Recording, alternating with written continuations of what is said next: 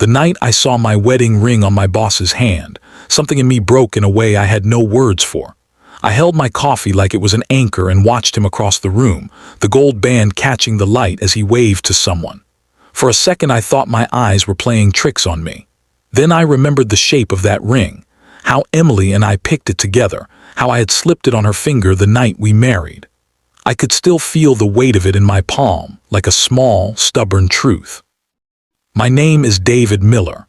I am 30 years old. I grew up in a small town outside Chicago and moved to the city for work, for the kind of life I thought would make us stable and proud. Emily and I rented a little brick apartment in Lincoln Square. We had cheap furniture, mismatched plates, and a dog named Murphy who thought he was the boss of the neighborhood. We made plans like everyone does. A house someday, maybe a real vacation, kids if the timing felt right. We were ordinary in the way people who love each other are ordinary. We trusted each other the way that trust is given before it is tested. The ring vanished 2 months after the wedding. Emily cried for a day, then told me she had lost it, that she had no idea where it went. We looked everywhere: couch cushions, laundry, even the narrow space behind the dryer. The loss settled into our lives like a missing tooth, obvious and oddly embarrassing. She bought a cheap replacement to stop the stares, to stop me from looking at my own hand the way some men stare at an old photograph. It was not the same. Neither of us said that out loud. When you love someone, you notice little things first. The way their nose twitches when they are nervous. The tiny freckle you discovered by accident. The ring had become a private map of our vows, a small circle that meant the world. When Emily said it was lost, I believed her. I wanted to believe her. Belief is a kind of oxygen for marriage, but oxygen can be polluted. Truth is the same. Mark Reynolds ran the department I worked in at a mid-size advertising firm on the North Side. He was the kind of man people listen to when he speaks, not because his voice was deep, but because he made decisions quickly and wore them like polished shoes. He was married, or at least he said he was. I had met his wife at one holiday party. She was polite, distant, the kind of woman who lives in a different house than her husband's laughter. Mark was a presence in the office, always with a story, always with a hand on the shoulder, always with a laugh that wrapped around conversations and redirected them. I noticed the ring because rings are small and stubborn. You notice them when you are looking for something else, when your mind is trying to focus on numbers and deadlines and lunch plans. I watched Mark lift his hand to the barista, the gold gleaming, and my stomach felt like it had been pushed down an elevator shaft.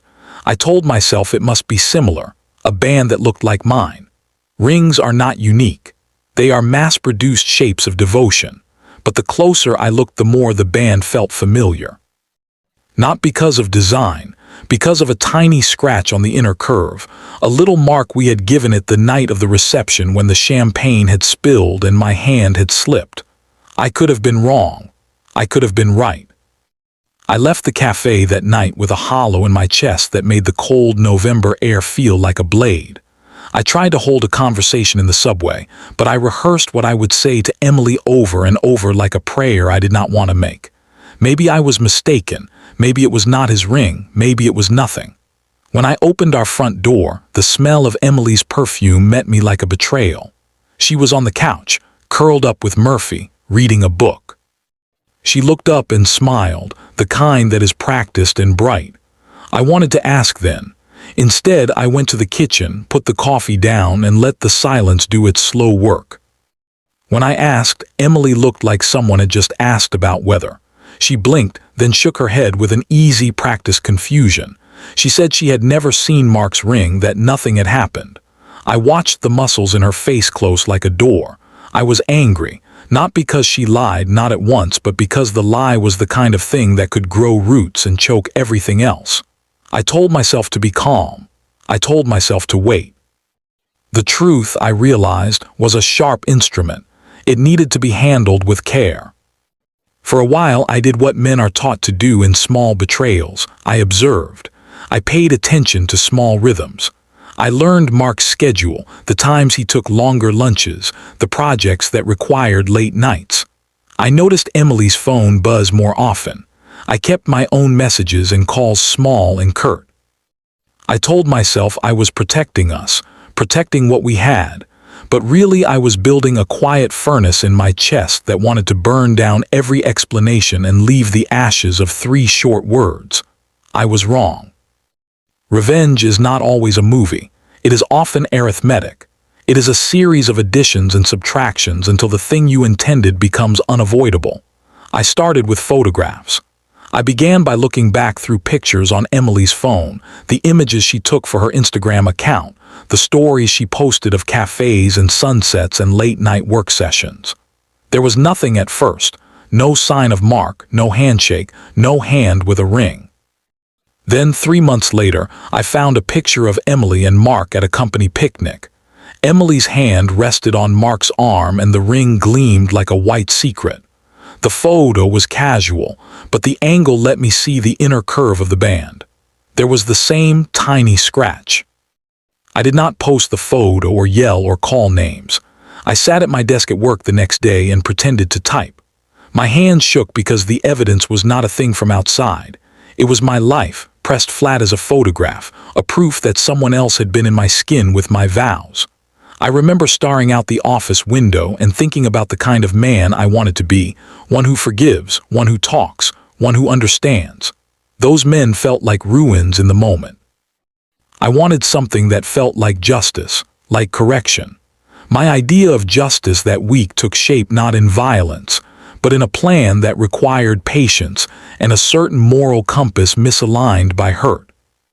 I started small, like a chemical reaction.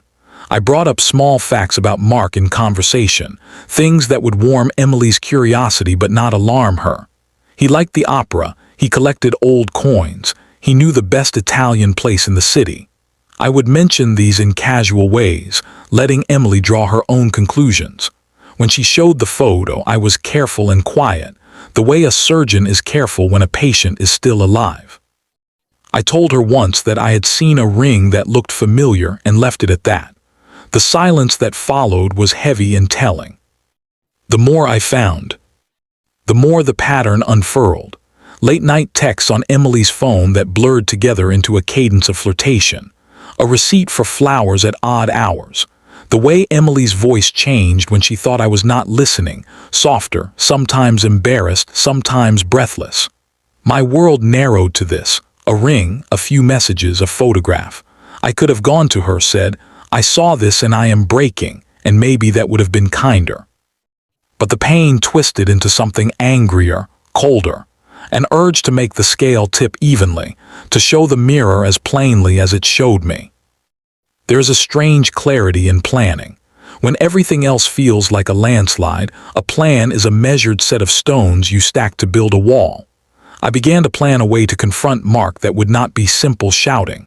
I thought of exposing him in the office, of making the whole company see what he had done, of making his polished masks crack. I did not want to ruin my career. I wanted to ruin his. I wanted to make him understand, in the slow, humiliating way that leaves room for regret, that what he had taken was not just metal. It was trust, and it carried a history of laughter and small fights and Murphy's sloppy kisses. I studied Mark's life like a map.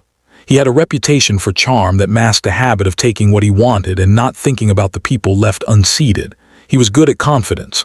That is why my plan had to be surgical. It had to undermine his confidence at the base. I started with the file cabinets and the client lists. I found small things to shift.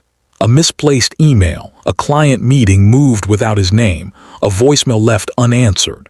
I am not proud of these first steps. They were petty and calculated, and they made me feel like someone I did not recognize. I told myself I was teaching a lesson, and that phrase became a kind of armor. At home, Emily began to change. She was distant in a different way now, not secretive but tired. She apologized often for small things. We ate more dinners in silence.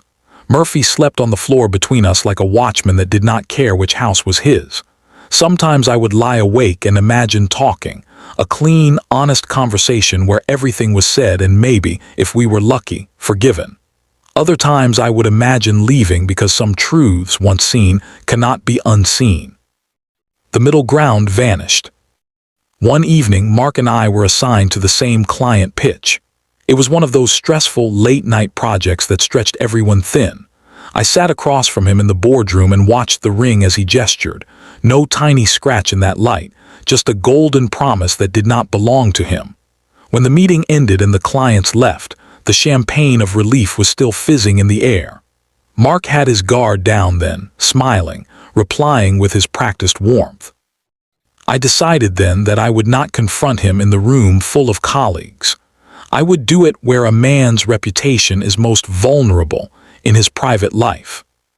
I followed him home once, not in a criminal way but in a careful, trailing way. I watched him enter an apartment building on the west side and later saw his car leave. I learned the small rhythms of his life, the coffee shop he preferred, the barber he visited, the bookstore he liked to linger in. This is not a detail I am proud to admit, but obsession has a taste that can feel like necessity. I told myself I needed to know if his life matched mine. I wanted evidence that he was not the man he pretended to be. Then I found out he had a second number. I did not hack it, I listened. I learned the voice on the other end was calmly intimate, used nicknames and arranged meetings. That voice belonged to a woman named Lauren, a name I later learned was not his wife but someone he had met at a charity gala. Lauren's messages were precise. Meet at 7, bring the wine, don't tell. I felt a cold satisfaction at the idea that he kept parts of his life tidy, and separate the way someone keeps drawers full of things they are ashamed of. But satisfaction is a short-lived currency. The plan to expose him grew teeth. I would not hurt Emily. She was tired and I saw her in little moments of honesty that made me hesitate. I wanted Mark to feel small in a way that could not easily be repaired. I started with his reputation.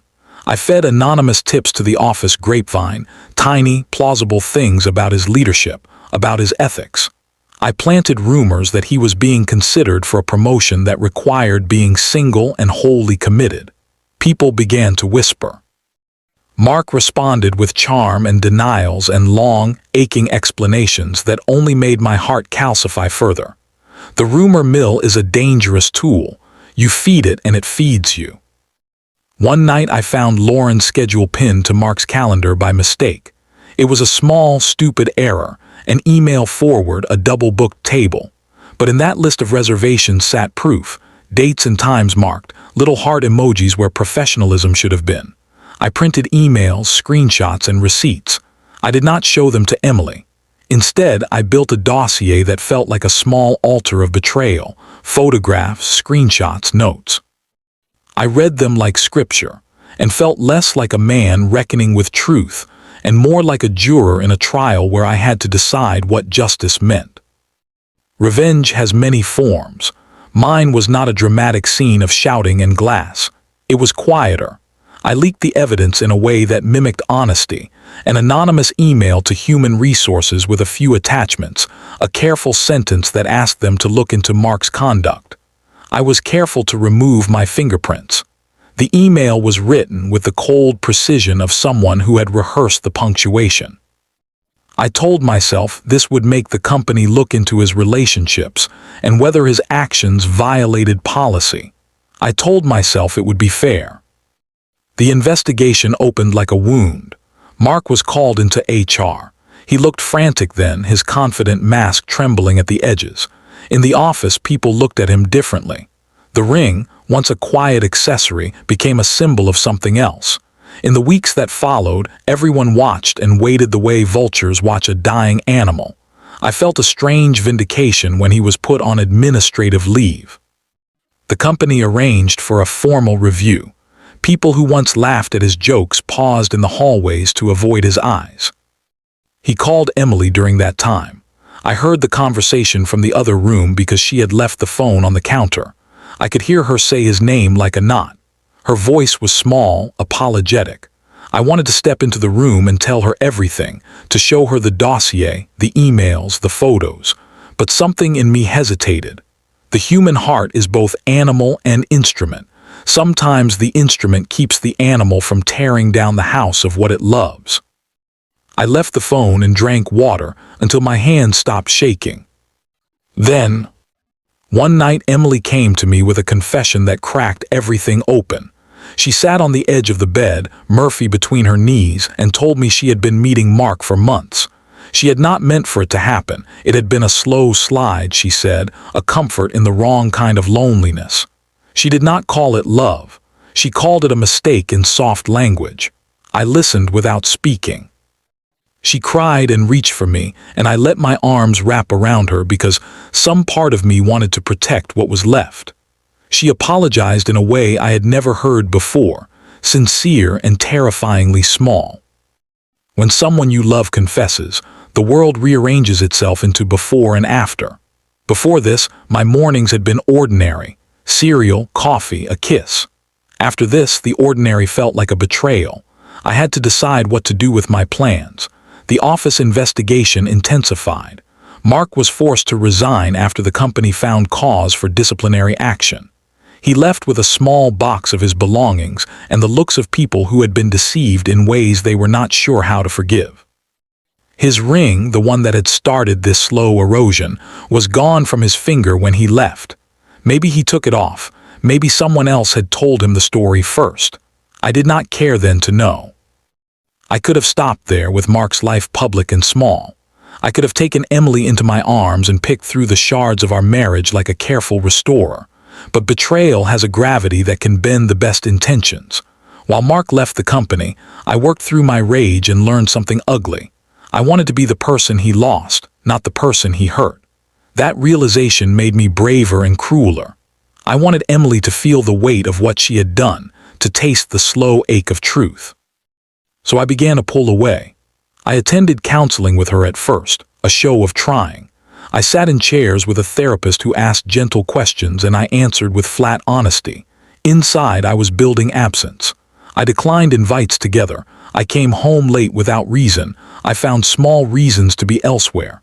I would come back at night and lie on the sofa as if the couch were a safer place for me than the bed we had once shared. I told myself I needed space to think. What I meant was, I needed to make her feel lonely in a way that mirrored what she had given me. Loneliness is a precise weapon.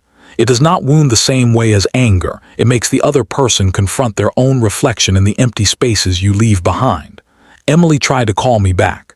She tried to beg and apologize, to explain that her life with Mark had been a mistake, that she still loved me. I listened with a measured coolness that belonged to a man who had rehearsed absence like a performance. She would show me texts and say, "See, I ended it." And that was true. She had ended it. But the thing we had built was broken in a way that could not always be repaired by words. People think revenge is loud and public. For me, it became a series of small exiles. I stopped sleeping in our bed and moved to the spare room. I began to document everything: receipts, messages, photographs, like a man cataloging his own undoing. I took our wedding album and read it like a contract I had never known how to enforce. I started selling things one by one: the lamp from our first apartment, the chair she loved, the small gifts that were innocent once and now felt heavy. Each sale was an act of removal, a sign that the life we had promised each other was being taken apart with intention. Friends asked me if I was okay. I lied. It is easier to say you are fine than to explain the slow architecture of betrayal. I walked through the city like a man who has been given instructions he doesn't want to follow. I watched couples hold hands and felt a distant jealousy that was more of surprise. I had once held hands with Emily and thought the world was ours. I had no illusions about what I had done. I had deliberately pushed. I had calculated absence as revenge. The moral ledger in my head flickered between right and wrong, and sometimes both. One cold morning, Emily left a note on the kitchen table. She said she needed time alone, that she had rented a small place for a while to think. She asked if I wanted to keep any of our things. The note was short and polite, the way someone who has rehearsed heartbreak writes. I felt a quiet satisfaction and a dull ache at the same time. Satisfaction that she felt the absence I had made, ache that it was not the thing I had truly wanted. I wanted her to understand, not to simply move away. She moved out that week. Murphy stayed with me at first, circling the house like someone waiting for a signal. We shared grief in small doses, dinners eaten alone, shirts that still smelled like her, a toothpaste cap left open on the sink. The city outside our windows continued to move, indifferent. Life has a way of insisting on itself even in the thinnest places. Time is a slow ally. It teaches you to see things without the same rawness. Months passed. Mark's name became a memory people used when telling the story of the scandal. Emily found her own apartment and later, an unexpected contentment in small routines that did not include me. I watched her from a distance sometimes, the way a person watches a window in someone else's house, and felt a strange, complicated relief that she seemed, finally, to be breathing again. I thought revenge would taste like victory. Instead, it tasted like loneliness and a strange, bitter clarity. I had exposed Mark and I had emptied my home. I had taught two people a lesson that changed them both. Maybe it was justice, maybe it was cruelty. I have spent years trying to say it without masks. The truth is a landscape where right and wrong sometimes share a border. One afternoon, walking along the river, I met Lauren by chance. She was on a bench reading, a dog at her feet. She looked up, saw me, and did not flinch. She smiled in a way that was not full of secrets but full of the ordinary warmth of strangers. We spoke for a few minutes politely about the weather and the city. She told me she had moved on and that Mark had been a complicated person in ways neither of us could have predicted. Her kindness in that moment surprised me. It was not the kind of kindness that undid pain. It was the kind that made me see the human in the middle of the mess. Time, I learned, does not fix everything, but it can make new patterns possible. I started to fill my life with work that mattered to me, with friends who offered themselves without expectation, with Murphy's insistence on walks that reminded me the world was bigger than my private tragedies. I learned to sleep without rehearsing every conversation. I dated awkwardly and learned the small courage required to be honest about the past. Some nights, when the city was quiet and the windows reflected my own face back at me, I would remember the ring and the tiny scratch and feel a sorrow so bright it hurt. If I have a lesson to tell, it is this: revenge can be a teacher, but not the kind that shows you the way out. It teaches you about limits, about how far you will go when you are hurt. It teaches you that your actions become the story you will have to live with. I wanted to be heard, to make someone understand the magnitude of what had been taken. In the end, I learned that understanding cannot be forced. It must be earned, and often it is earned in the slow accumulation of small, difficult acts. Apologies that are real, changes that are visible, repairs that take longer than the breaking. Years later, Emily and I spoke on the phone on a cold spring day. We talked about small things: Murphy, who had since passed away, the neighborhood coffee shop where we had once ordered the same drink every morning. There was grace in her voice, a kind of regret that was clear and honest. She told me she was in a new place, quieter, kinder to herself. I told her I was okay, which was true in a simpler way than it had been before. We did not try to reconstruct the past. We acknowledged it like a scar that no longer needs to be hidden. Revenge had burned bright for a season. It had left marks on me that I still carry, the habits of suspicion, the tendency to plan rather than talk, but it also taught me about the shape of my own heart. I'm not proud of everything I did. I made choices that hurt others and myself. I insisted on being the judge when perhaps I should have been the partner. Yet I also learned that pain can be an instrument of change if wielded by conscience rather than spite. The ring is gone now. I sometimes think about it the way you think about a book you once loved, with gratitude for what it taught and a clear memory of the ache. The city keeps moving. People fall in love and break and rebuild in small, ordinary ways. If you had asked me then what I would have done differently, I would have said I would have talked sooner, trusted less in my own cunning, and let forgiveness have a chance before judgment did its slow work. I am 30 now, and I am still learning. I have rebuilt my life with things that matter, honest friendships, work that is less about climbing and more about meaning, and the quiet practice of not letting a single betrayal become the architecture of my entire life. Revenge can be a story you tell to survive, but survival is not the same as living. The world is too full of small miracles. A dog's sloppy greeting, a stranger's smile, a summer morning that smells like cut grass, to let one betrayal be the whole map. I carry the memory of that ring like a compass that sometimes points to pain and sometimes points to lessons learned. If there is a final truth to this story, it is simple and stubborn. People make mistakes. Some mistakes change everything. How you respond to those mistakes defines more about you than the mistakes themselves. I chose, for a time, to respond with revenge. I do not regret learning my own limits, but I do regret letting the furnace of anger burn when a conversation might have cooled the embers. Life moved on, and so did I, with a new understanding of what love and justice can mean when they are allowed to be human.